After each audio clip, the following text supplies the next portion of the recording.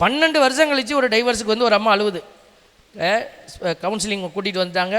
அழுதுட்டு, நான் என்ன டாலோட வாழ முடியாது சாமி, டாலோட வாழ முடியாது, தீர்த்து விட்ருங்க நீங்கள். என்னாச்சுமா, என்ன பிரச்சனை? ஏமாத்திட்டாரு. ஐயோ, நான் ஏமாத்திட்டாருன்னு நான் என்னமோ நினச்சேன். சரி, என்னம்மா ஏமாத்தினாரு?